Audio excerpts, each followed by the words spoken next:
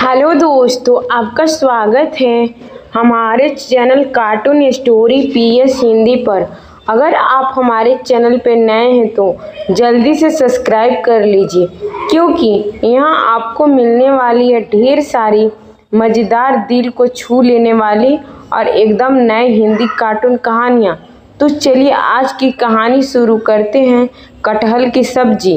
कटहल की सब्जी बन रही थी उस घर की रसोई में, जहाँ हर रोज कुछ न कुछ खास पकता था।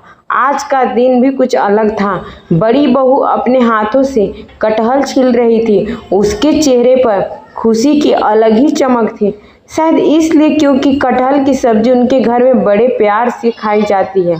उसकी ननद भी पास में खड़ी बड़े प्यार से खाई जाती थी। उसकी ननद भी पास में हंसती मुस्कुराती बातों में लगी थी। दोनों की बातें सुनकर लगता जैसे दो सहेलियां मिलकर तीज त्योहार की तैयारी कर रही हो। कटहल काटते वक्त उसका गोद निकलकर हाथ में चिपक रहा था, लेकिन बड़ी बहू इसकी परवाह ही कहाँ थी। वो तो कह रही थी, अगर ये हाथ न चिपके तो स्वाद भी नहीं आएगा। ननद खिलखिलाकर हंस पड़ी। फिर बहू ने कटहल के बड़े बड़े टुकड़ों बनाए और उसे उबालने को रख दिया। उधर ननद मसाले कूटने लगी, वो भी इतनी दिल से कि ओखली भी धड़ धड़ की आवाज़ सुनते ही लगता जैसे कोई ढोल बज रहा हो। थोड़ी देर में रसोई में प्याज लहसुन का तड़का ऐसा महका कि आंगन में बैठी सासू माँ भी वहाँ खींची चली आई। उन्होंने अपनी साड़ी के पल्लू से नाक को हल्का सा ढका और मुस्कुरा कर कहा, बहू आज तो तुम्हें कमाल ही कर दिया। मुझे तो बचपन की वो शादी ब्याह की दावतें आ गई जब कटहल की सब्जी पहली बार बन थी। बहू ने भी आदर से कहा, माँ जी आज आपके हाथ से ही परोसूंगी, आपकी यादों वाला ही स्वाद लाऊंगी।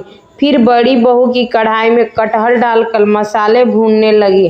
वो हल्के हाथों से कढ़ाई में कालची घुमा रही थी, जैसे कोई राग छेड़ रही हो। पास में ही गरम गरम पूरी भी तल रही थी। कटहल की खुशबू और पूड़ियाँ की खुशबू आपस में मिलकर जैसे पूरे घर को मिठास से भर रही थी। जब खाना तैयार हुआ तो सब लोग मिलकर बैठ गए। सासू माँ ने पहला निवाला मुंह में रखा और जैसे ही चखा, उनके चेहरे पर सुकून की लकीर दौड़ गई। उन्होंने कहा, बेटी तूने तो सच में पुराने दिन लौटा दिए। ननद भी हंसकर बोली, भाभी अगली बार मुझसे भी कटहल छिलवाना न, ताकि मैं भी सीख जाऊं ये जादू। और फिर उस दोपहर सबने मिलकर कटहल की सब्जी पूरी और आम के अचार के साथ इतना स्वाद लेकर खाना खाया कि जैसे बरसों तक इस खाने की याद उनके मन में बसी रहने वाली थी।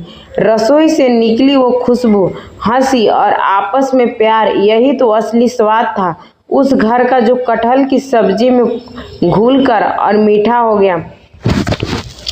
हमें इस कहानी से यही शिक्षा मिलती है कि